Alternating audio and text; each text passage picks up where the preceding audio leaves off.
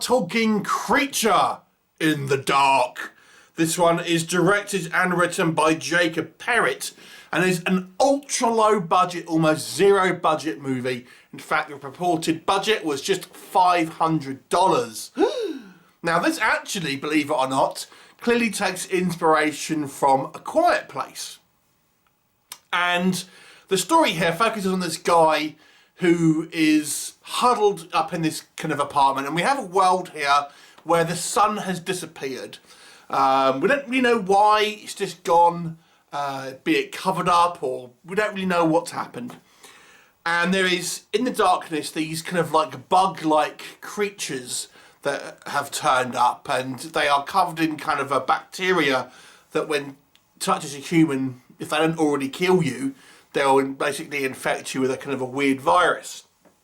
And we have this guy basically holed up in his apartment with his 1-year-old daughter, waiting desperately for his wife to return, and ultimately his struggles with isolation, looking after his daughter with dwindling resources, and obviously having these kind of creatures, you know, always present and ready to attack should he you know, make himself available, so to speak.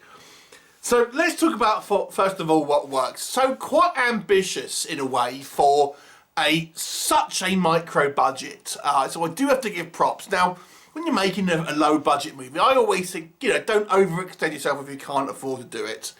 And I have to say the concept here is fairly ambitious, but the filmmakers do a good job of limiting the budget by ultimately essentially making it more of a character piece and having this guy just sort of deal with the isolation of being essentially on his own outside of obviously a 1-year-old child who he has to care for, and but ultimately can't really connect with in a kind of a way that he kind of wants to.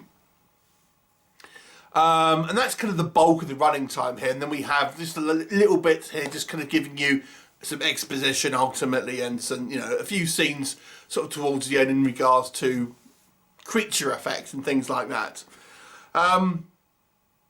So I have to say the ambition is impressive for such a low budget film.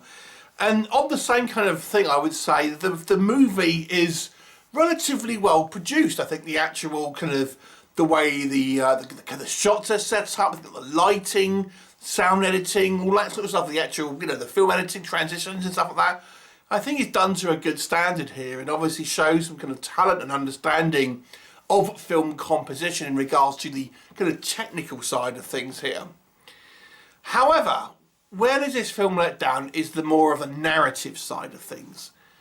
So, despite this movie trying to play to its strengths in regards to really having a very, very limited budget, the unfortunate side effect of that is the movie is extremely dull, because it's just a guy in a room with a baby for kind of 90% of the running time here. Now, it's not a hugely long movie, but there's lots of scenes here of a guy just ultimately kind of feeling sorry for himself, and, you know, a baby kind of crying, and, you know, exciting movie viewing. This is not, unfortunately. Now, that doesn't mean to say that you can't have slow-moving, you know, films and stuff like that, and character pictures. You can, but you kind of need stuff to do. You need dialogue, and there is a good attempt. We have someone on the radio. There's some videos and stuff he watches, and there's a little bit of flashbacks as well. But really, the narrative here is extremely slim. I think this would have been better had this have been maybe a 15-minute short film perhaps, and you know, maybe then we wouldn't for the real feeling of depression and isolation, because we're not having to watch a film which really nothing happens for the majority of the time. But I don't know, it feels extremely dragged out, and unfortunately this isn't helped by essentially this movie is a one-man show outside of a few kind of very short scenes with other people. But the guy who is the kind of the main actor here isn't a particularly good actor. Now, obviously, we're talking about a $500 movie, so this is not a movie where they have hired someone who is an actor as a profession, one thinks. This is just probably a friend of the director, or maybe someone who has very limited experience in acting. And a lot of low-budget movies obviously do the same thing, but the problem is because this is such a character-driven piece, and the majority of the kind of the movie falls on this guy's shoulders as he's, you know, just trying to emote, where he's struggling, and it doesn't seem particularly kind of you know, realistic in his reactions and in his acting aren't the best. It fortunately falls a little flat. There's also some logic issues here, I have to say, despite the plot being relatively meagre and a lot of it just kind of told through exposition and things. But, you know, we have to just accept there's monsters and the sun's disappeared. That, fine, I can live with that. But these monsters are attracted to light.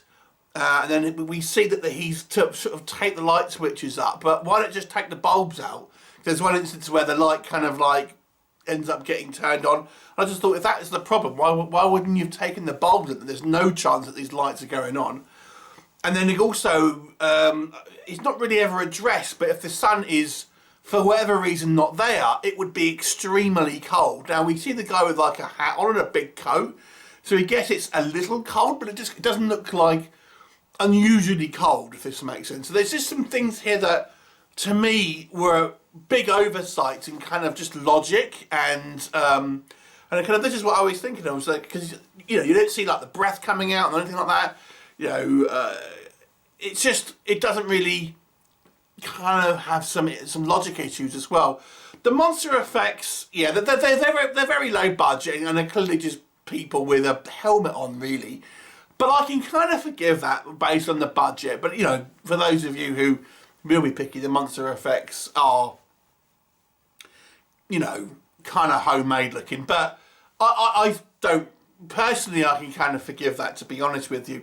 But the movie in itself is, I think, probably a good starting step for someone honing technical skills, and then maybe next off we'll need to look at looking at improving the narrative storytelling things. And I think maybe the technical skills are certainly more or less there, but to make a compelling story, this needed to have more work on it.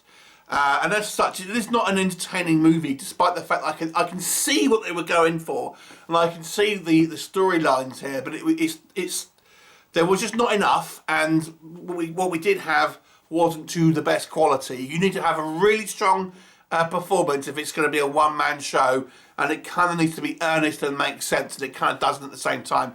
So it, you know, like, I'm going to give this some leeway because of the very low budget. But to be honest with you, the best I can really give it is like a 3 out of 10.